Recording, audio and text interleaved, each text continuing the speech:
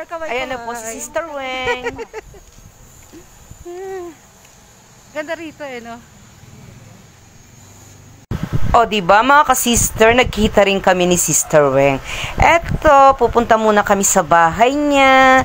Maglalakad lang muna kami. O, diba? Walang payong ako, nakikipayong lang ako kay Sister Weng.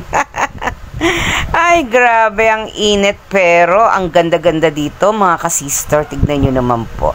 Ang ganda ng mga bahay dito. O, diba? Sa Kathleen Homes Subdivision. Maganda rito, mga ka-sister. Magpasyal kayo dito. Ayan, oh. Malapit na ang bahay ni Sister Weng. Kaya lakad, lakad, lakad lang. Kahit mainit. O, diba? Sacrifice. Kasi may biyaya. Kaya nandito ako.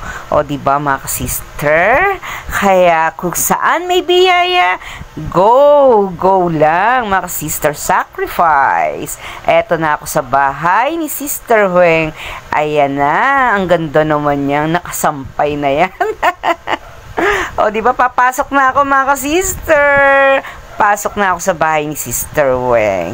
Ayan, ang gaganda ng mga halaman. No? Nakikita nyo ba yan, mga ka-sister? Yan ang mga gusto ko, yung mga halaman ni Sister Weng. Ang gaganda. Pwede ba makahingi dyan, Sister Weng?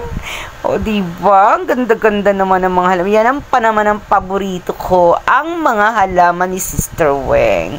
Makakahingi kaya ako dito.